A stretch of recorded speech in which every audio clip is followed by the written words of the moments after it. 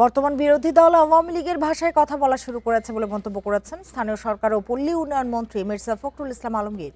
BNP July সনদ বাস্তবায়ন করছে না বলে যে গুঞ্জন ছড়ানো হচ্ছে তা ঠিক নয় বলেও মন্তব্য করেন তিনি। সোমবার জাতীয় প্রেস ক্লাবে এক আলোচনা সভায় এই মন্তব্য করেন স্থানীয় সরকার মন্ত্রী।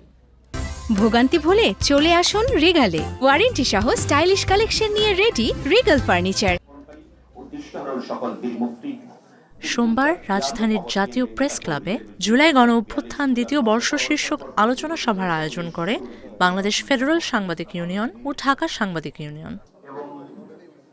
অনুষ্ঠানে তথ্যমন্ত্রী বলেন, সংসদকে কার্যকর করে রাজনৈতিক সংস্কৃতিকে উন্নত করলে জুলাই শহীদদের সম্মান জানানো হবে।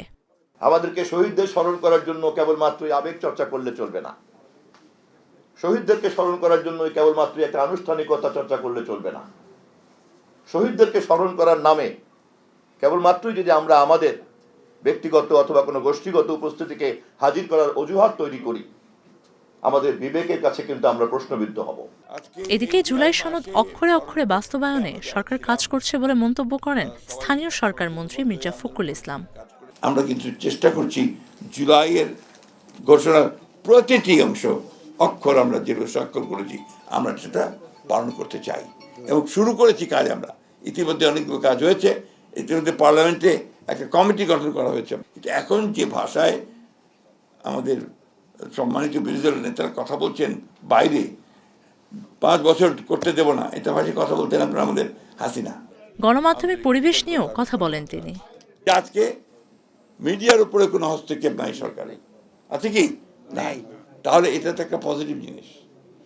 আপনার কোথায় কি নিয়োগ হলো না হলো এটা আরেকটা বিষয়। এবং আমার দুঃখজনকভাবে বলতে হবে আমাকে যে সেখানেও আপনাদের সাংবাদিকরা এর মধ্যে জড়িত।